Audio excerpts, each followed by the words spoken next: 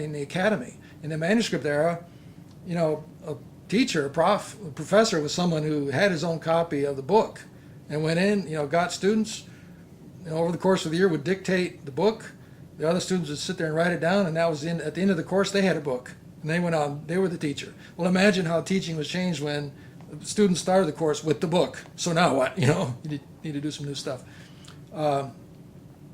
So what we're thinking about in terms of inventing electricity is what are the consequences now of being able to put into images everything that we know of our old content, or as I say, our old technology becomes the content of the new technology. So what we've been doing in the entertainment industry, the equivalent would be, we've taken all of our novels. Basically, every film you see in Hollywood, every TV show is written first. Every video game, it's always written first. Even many, many times, it's already a novel. It's already a short story. So High Noon was originally the 10-star short story. Silence of the Lambs, you name it, it's originally a novel. It's originally in print form, and then it's filmed. And so what's happening in electricity is the same thing that happened in the beginnings of literacy.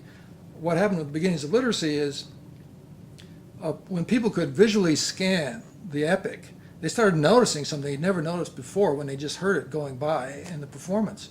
In the stripped down, abstracted, visually scannable form of alphabetic writing, they could see a whole constellation of terms, like, for example, the term decay, which means justice, all around this dramatic argument between Agamemnon and Achilles in the Iliad.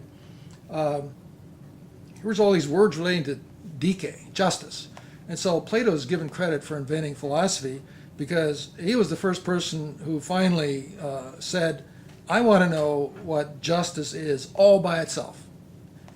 In its essence, its pure, abstract nature, what are its attributes, regardless of which particular dramatic situation it might be enacted in, and that's the invention of philosophy. And so to ask that question, what is anything, and then to define it by its properties, figuring out which properties are essential and which are accidental, that's the beginnings of science. That's the beginnings of as we know it, that's the beginnings of philosophy. And so then we say today in electricity, what's the equivalent? We're scanning now, we're putting all of our literature into films. We are filming all these bodies running around doing all these things. Is this a return to orality? Some people say, well, electricity is secondary orality. Yeah, all right, there's some aspects of that. But now we're writing with those performances. What's the difference? And our theorists are beginning to observe the image. And this is the question that the Florida Research Ensemble has taken up, is how does the image work categorically? What is the categorical function of the image? How does it work in terms of reason? Just as Plato invented the concept, he invented method. That's the sort of question you're asking. What's the rhetoric? What's the logic? What's the categorical classificatory operations of the image, the pictorial image? And that's a basic question. That's one of the things that we are inventing.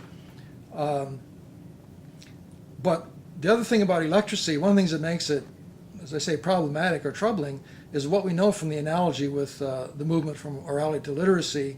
Everything is going to change. It isn't just that you change the technology and then you've still got a literate civilization and everything else is the same.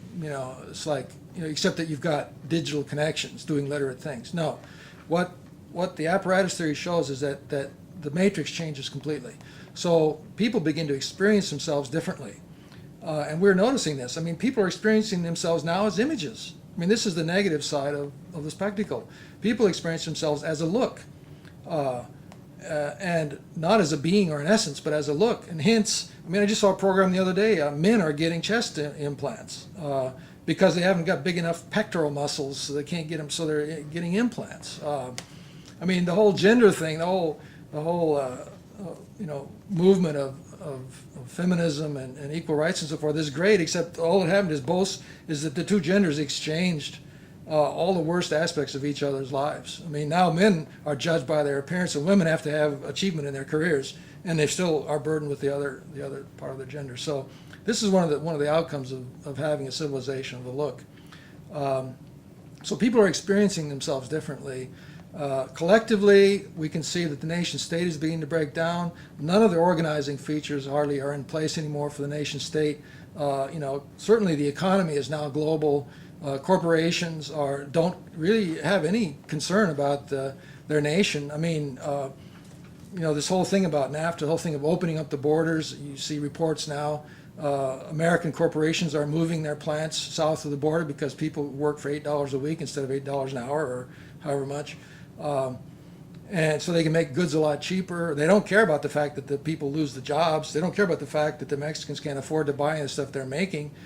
Because why? It serves the bottom line of the corporation. So definitely, those are just one example of the fact that the things that used to keep the nation state together, which was economy, symbol formation, and borders, have broken down.